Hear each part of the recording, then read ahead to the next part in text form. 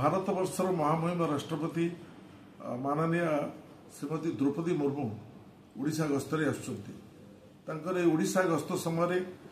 ओडिशा राज्य हिसाब कर देखागले महिला मान प्रति दुष्कर्म गणदुष्कर्म एवं हत्या एक चरम सीमार जा पहुंची एवं गतकाली जो परिस्थिति देखा देइछि ओडिशा राज्य रे एवं फकीरमोहन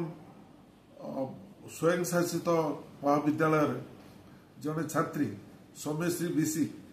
तांको प्रति जड़े अध्यापक तांको विभिन्न इंगित दे एवं शेष प्रति जो आचरण से करिसेंती जो व्यवहार करिसेंती एवं तांको प्रति अश्लील जो व्यवहार करिसेंती सेतिरे से अतिष्ठ ही से आत्माहुति दवाई निष्पत्ति करी प्रिंसिपाल चैम्बर सम्मुख में से आत्माहुति देइछंती। आत्माहुति दवा बेले जो परिस्थिति घटी एक लोमहर्षणकारी परिस्थिति जहाँ तुरंत बालेश्वर हॉस्पिटल एवं बालेश्वर हॉस्पिटल तुरंत आनी all India institute of medical science Bhubaneswar रे रखा जाइछि एवं से एक क्रिटिकल कंडीशन रे अछंती एवं सबुठारु बड़ कथा होची से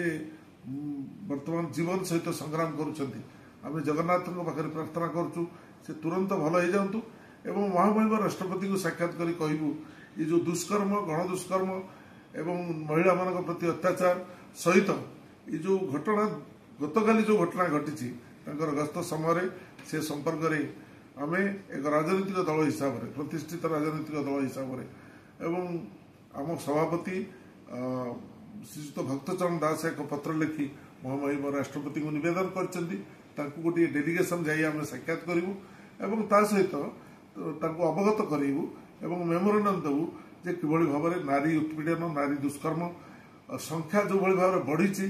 एवं आशा थी माने विश्वास करहबन जो संख्या बढ़ुची एवं सर्वोपरि ये जो झील छात्री ता प्रति उत्पीड़न जो भाई भाव में जड़े अध्यापक करिसेंती ये कथा को निश्चित भाव में अवगत करूँ गोपालपुर कथा कहबू केउझर कथा कहबू सबू घटना अवगत करने एक डेलीगेशन जीव आम आशा करुँ महामहिम राष्ट्रपति निश्चित भाव में आमको समय देवे आम साक्षात करूँ।